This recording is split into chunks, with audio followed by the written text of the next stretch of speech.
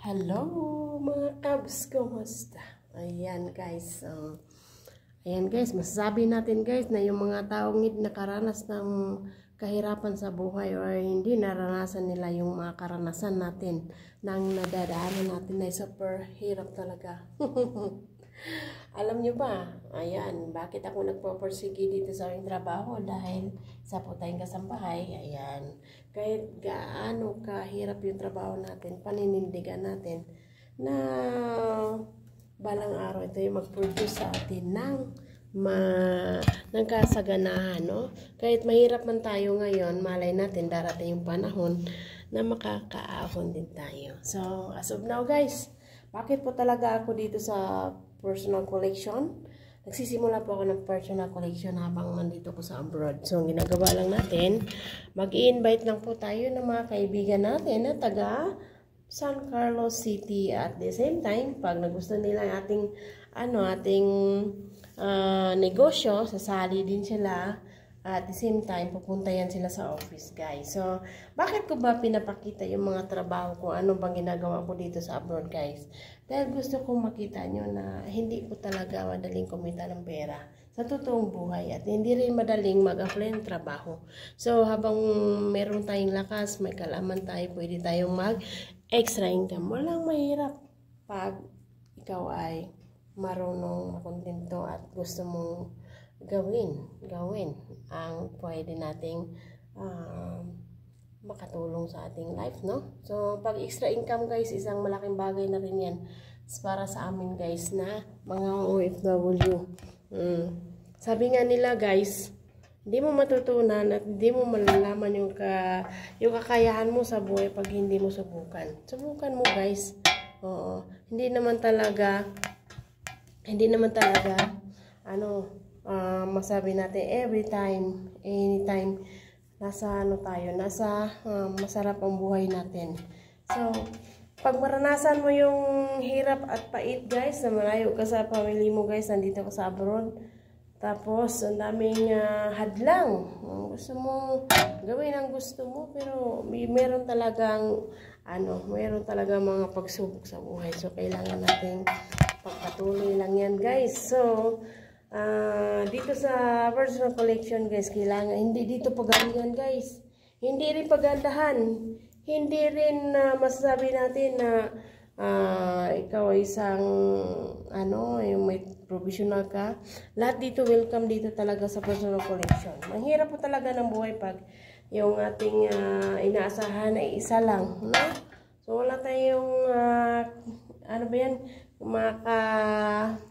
kasama or alalay, no? Kasi yung sahod natin, lang yan temporary lang yan guys. So, ang pagiging extra income na ako sa personal collection, dako kay siya tabang guys. Kaya nga, na ako estudyante guys niya. Kay, ang sweldo na to sa OFW, katapusan man niya. Ang sweldo po na ako sa kung extra income, adjust every month, no?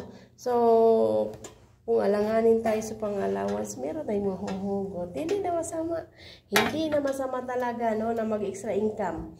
So, sa may mga trabaho dyan, at kagaya ko, kahit nasa atin ka, tapos kugihan ka, mahilig ka mag-onhan, magnegosyo, ayan, pwede ka talaga sumali dito, guys. Sa ating company, guys, hindi siya pagpapahay, guys. Kundi, kailangan talagang talented ka. Meron nga akong tinatanong, kumusta? Sabi niya, okay lang. Gusto kong kumita sis. Sabi ko, sige, pasok ka sa ating extra income. Pero maraming gusto, pero ayaw naman gawin. Wala tayong magagawa dyan, guys, no? Kasi kami kasing mga sellers, mga onliners, lalo na meron kami sa, yung busy talaga kami, no? Ginagawa talaga na yung part-time yung mga, example, kagaya sa akin, nag-personal collection ako. So, ginagawa ko siya through mobile kasi lahat ng tao ngayon may mobile, di ba? Lahat ng tao ngayon may mobile na. So, pwede mo nang gawin yung trabaho mo sa free time. Maraming ibang tao na hindi naniwala sa kasabihan na kung hindi nila kayang gawin, may kakayahan ka na pwede mo gayahin, no? Ako kasi gaya-gaya lang ito sa akin eh. Kung ano yung mga ginagawa sa ibang mga entrepreneur, I try my best din na matuto. Madali lang matuto dito sa personal collection. Nakita nyo naman yung trabaho, guys. Isa akong OFW.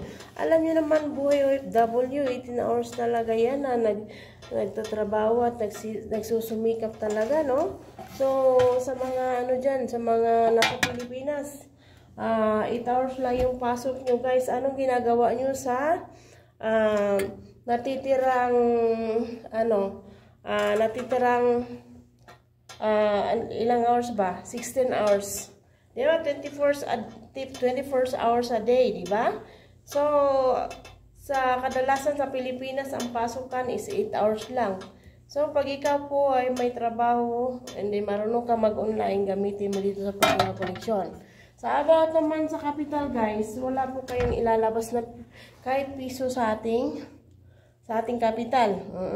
Ang gagawin mo lang, mag-submit ka lang ng complete requirements, kagaya ng barangay clearance, valid ID at saka picture. Kadali ra na ang damon yung uban, dili pa dyan makaandam kuno tungo kay daghang kay ganang duha-duha ba. Sus ko, ang ako pa'y kuan dyan ka ng nasa Pilipinas na ko ako gawin house to house ang mga bahay sa bukid. Dili ta dapat maulaw. Dapat be proud yun ta nga usata ka negosyante. Nindot magudran sa personal collection kay ikaw may tabangan sa company.